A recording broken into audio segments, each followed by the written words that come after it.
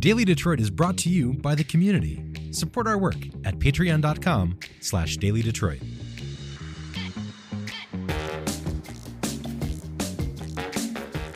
Hello and welcome to your Daily Detroit. It is Monday, April 7th, 2025. Coming to you from our studio at Techtown. I'm J.R. Stays, and across the table from me, very rare on a Monday, I feel like a Pokemon trainer who has caught a rare Pokemon in that it's a wild Prince of Brightmoor. Norris Howard, how are you? Yes, who's that Pokemon? It is I, Norris.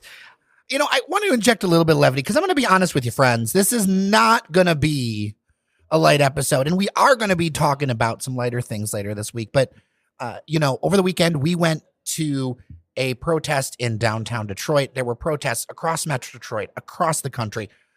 Some reports, definitely more than 1 million people stepped out around the nation, talking about what's happening in the world right here. And I realized that we need to have a conversation about it.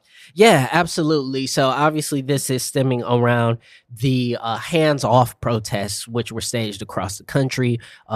Virtually every major city in America had, hundreds of thousands of people into the millions show up. And what made this different from so many other protests that I've covered and been to and seen and witnessed is that this is one of the most moderate protests that I've ever seen. And what I mean by that is people from across clearly very different political spectrums were at this protest. Now, obviously, I don't think the far edges of each side were there. I didn't see, MAGA. I didn't see Antifa.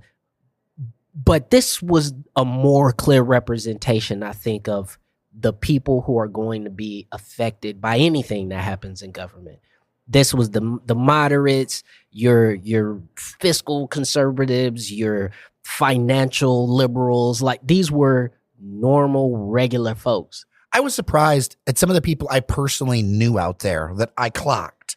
Oh, yeah, most definitely. And I think also what was very interesting is that for the most part, it was very multi-generational. I mean, obviously, with one notable exception, but which being Gen Z. And we'll get into that in a second. And we'll talk about that. But across boomers, Gen X, and millennials, it was very represented across those cohorts. And I mean, you can check it out on our website and check it on our social media. I mean, this march stretched for miles.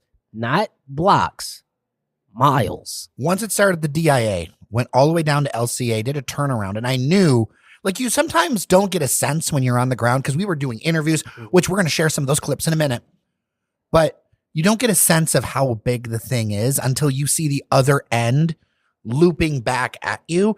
And I want to embrace a topic that we might not always get on the show, get into on the show. And I think we need to address the elephant in the room of getting back into sane conversations. Because when I open up apps and I follow I'm more online than most because of this job. And I really hate it.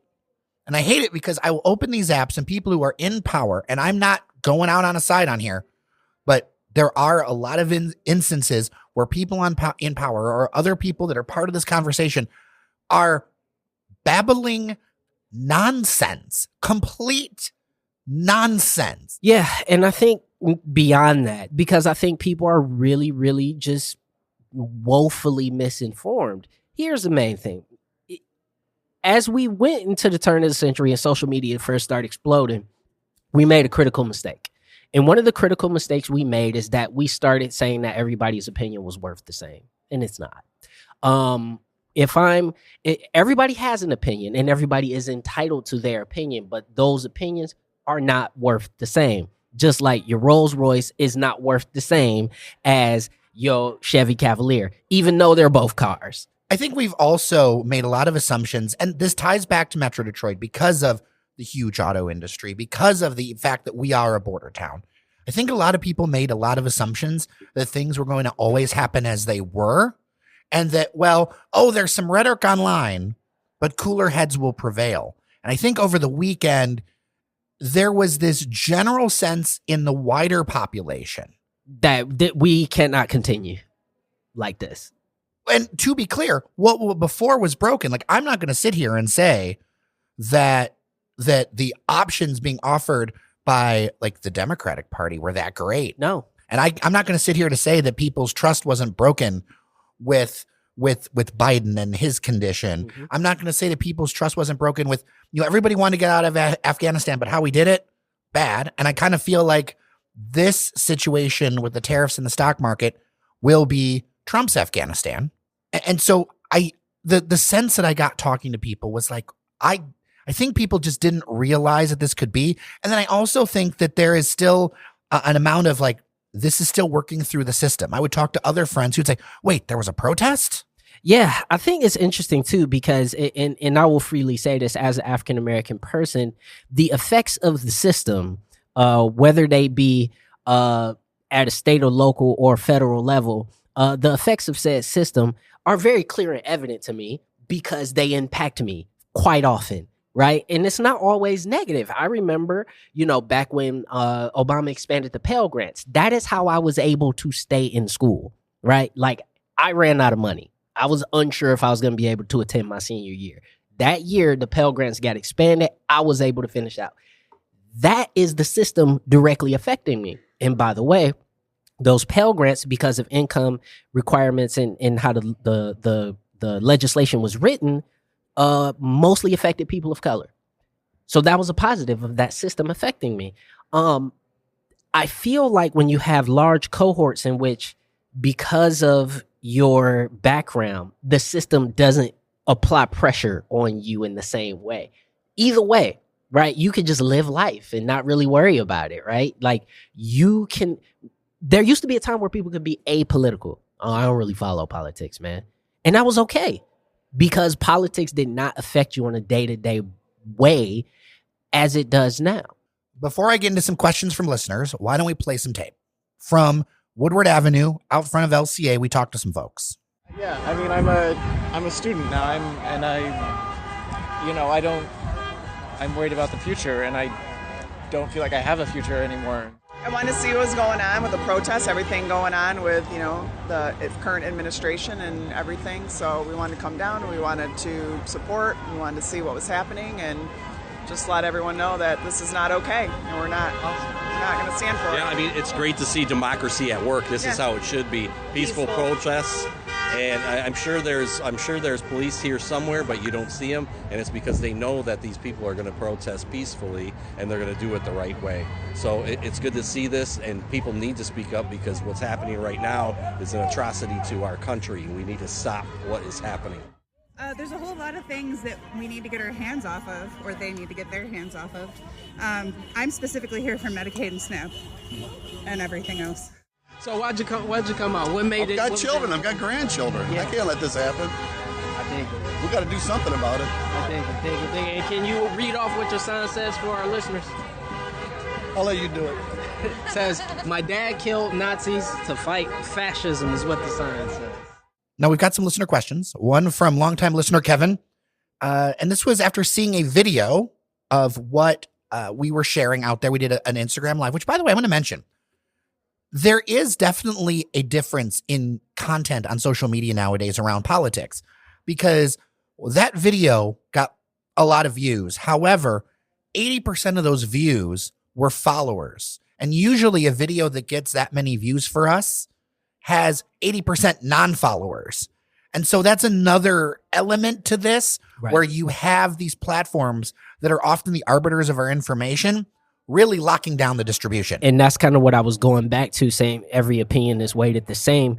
With the internet, you have people who are able to voice their opinion, have these megaphones, who are, quite frankly, uninformed and untrained. And it used to be the role of the press and of journalists to be arbiters of that information, to take through it, sift through it, get to the people that are experts that could give you a more educated response on the topic. But now everybody could just, bam, TikTok, and here's what happened. And that has caused issues. I think there's a difference between what I saw and what happened. Absolutely. And I think that's conflated sometimes with folks. Yeah. Yeah, absolutely. Don't believe your lying eyes is what we get a lot. Right. Not that it was fake, but that there are other forces. And I think a lot of times, especially in the comment section, I judge the comments by if they're sitting across from me at the table and they say this, would I laugh in their face because they sound like they're on some sort of cocktail of amphetamine? Narcotics. Yeah, like they sound nuts. Yeah. All right. And so if that comment comes across that way, that's the thing that's the filter that I apply. Let's get into the listener question. Sure. Kevin, the video seems to show that the protest was pretty white. So was the one I attended. I think it would be an interesting topic for the podcast. Yeah, it was. And I think, obviously, as a Black person, I think it behooves everybody to try to get an understanding of why. If we go back and look at the past 75, 80 years of, civil disobedience and social movements in America, if we are not, and by we, I mean African Americans, if we are not spearheading it, we are heavily involved in all of those social movements. Obviously, the civil rights movement, Black Panthers and all that, but we could talk about BLM and the Trayvon Martin stuff. We could talk about more moderate, honestly, like, Yeah. Your more moderate views too. Without African-American votes, the Democratic Party cannot win. period. But even beyond that, I mean, even, you look at, I would say maybe the women's suffrage movement was the only one that didn't heavily include African Americans, even though African American women were a part of it and still couldn't vote after white women could. But the point is that all of these social movements heavily depended upon the voice, culture, and power of African Americans' ability to mobilize, because it's something we're really good at. The issue here is that we did mobilize. We did the thing that everybody screams at us to do, which is vote. And we did that. And with overwhelming plurality, showed you who we wanted. 92%. 92% of African Americans showed you who we wanted, and nobody listened. Which, listen, we're used to. But now African Americans are saying, we did our part. We've done our part for our entire existence in this country. We did our part in the Civil War. We did our part in the Revolutionary War. We did our part in World Wars I and II. We did our part in Vietnam, Korea. We did our part. We have over-contributed. While being discriminated against. Yes. And crapped on. Yes. And we've over-contributed proportional to our population to America in terms of cultural export. So after doing all of this, and we get to a point where we clearly and very effectively tell you, this is what we want you to do. And clearly, this is what's going to happen if that doesn't go If through. that doesn't happen, we were very vocal about it on social media, on the news, on the radio, everywhere. You talk to African Americans, we told you what was going to happen. And the exact thing happened. And now we're starting to see that pan out. And now we said, if you want to fix it, sort your own house, because ours is sorted. We are on code. For one of the few times that we're all on code, we knew what we were doing. And, I heard it from many of my peers who said, I'm not going. No, I'm not going. I am not lending my voice to movements that didn't listen to me in the first place. And it is really hard for me as an African American to argue against that when any Black person says that. Is there a point where that changes in this current wave, or is it people will see y'all at the election? I think if things continue to escalate in terms of the severity of the protests, because let's be honest, the protests across were incredibly peaceful. You didn't hear really about people getting arrested. You didn't hear about destruction of property. You didn't hear about any of that stuff. And very organic to an extent. Yeah, like they kind of swelled naturally. A lot of people were finding about the protest that day, which I found out talking to folks. And so it was cool in that sense to see just kind of, it was almost a spirit of connection. But to be fair, a lot of the white folks that I talked to at the protest basically said, it's our job to fix it. Because I asked that question to somebody. I was walking along the protest, getting some video. And off the record, I asked this person, I said, hey, what? There's no Black people here. And he was like, I don't want them to be. He honestly said, I don't want them to be. He said, because y'all have done enough. We should do more. And I appreciated that. Michael wrote in, At the protest, I saw a lot fewer Gen Z and younger people. Where are they? They was at work. Well, work, school. Also, when you look at the issues with the stock market, with a lot of things, 60% of Americans have stocks, but the lowest chance of having stocks is going to be Gen Z. Also, and this was something after talking to a few of my Gen Z friends and siblings and whatnot, here was something that we did not realize. And again, this, as a millennial, this happened to me. As Gen X, I'm sure it happened to you, is the infantilization. Because what we don't understand, and what we refuse to talk to Gen Z about, is that this is the first cohort of kids who went through school shooter drills, who saw their country not stand up for them in their physical safety in school.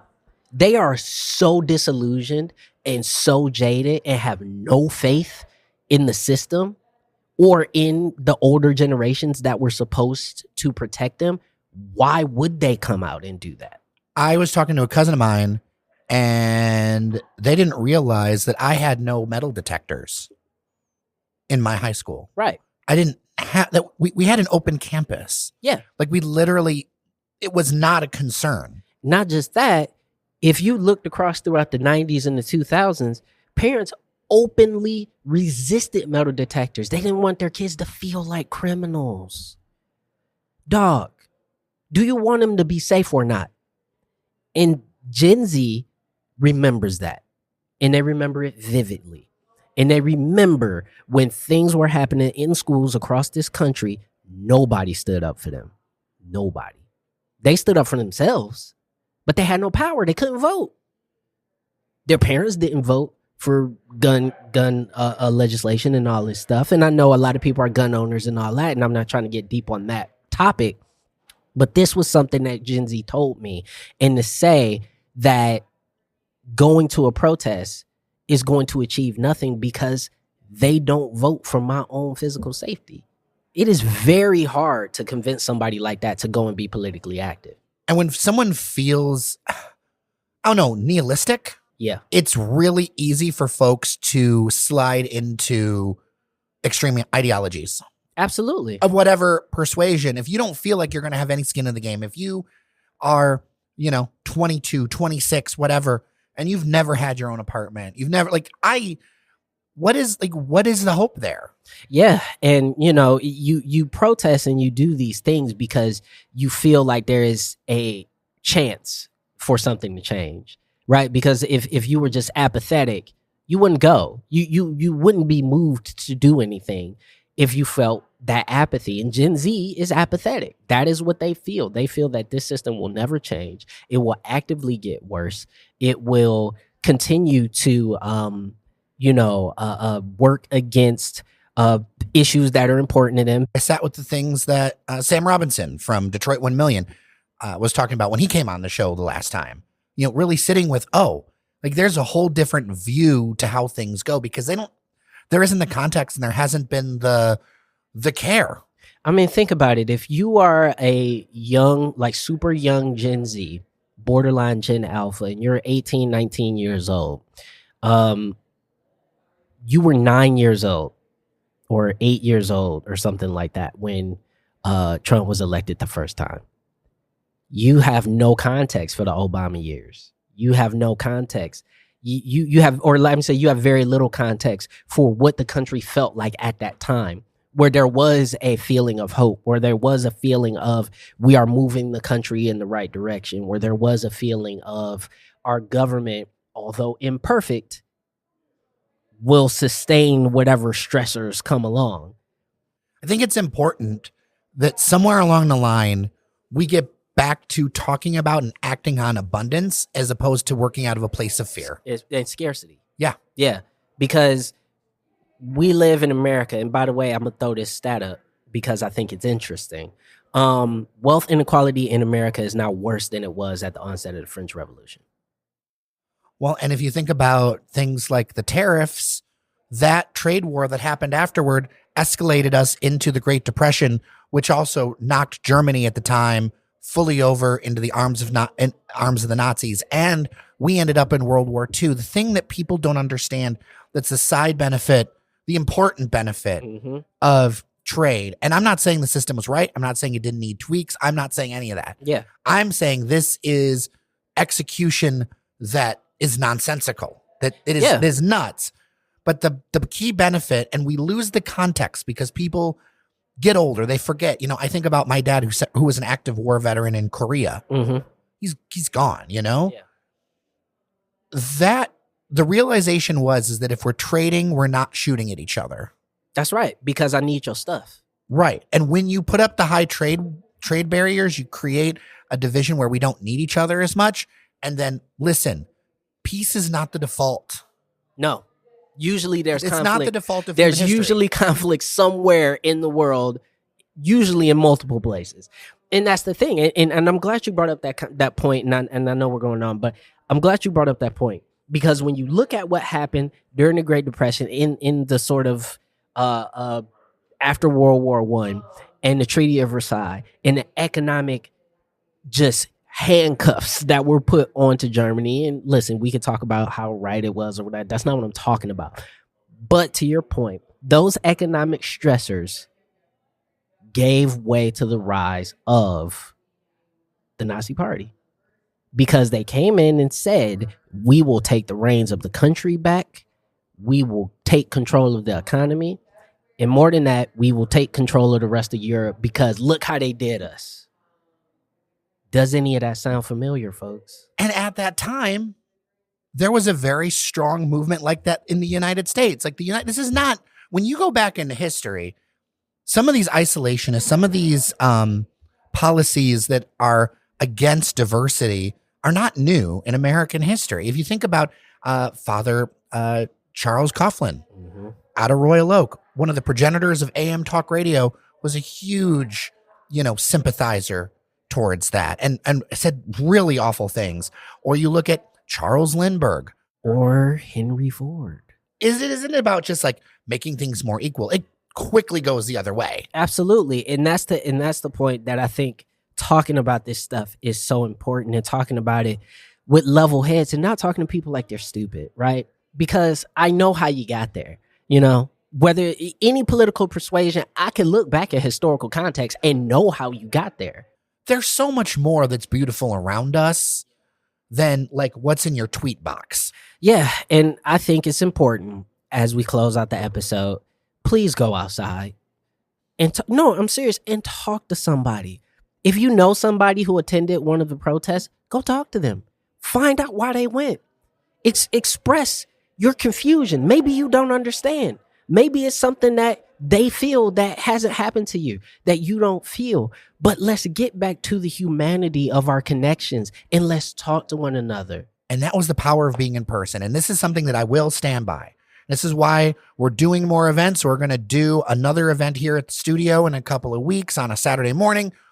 We have to be in person together. We have to be connected again in a way that we have shared experiences. And that was one of the things that I thought was beautiful in a human way, of people coming together and actually like being for something, whether you agreed with them or not.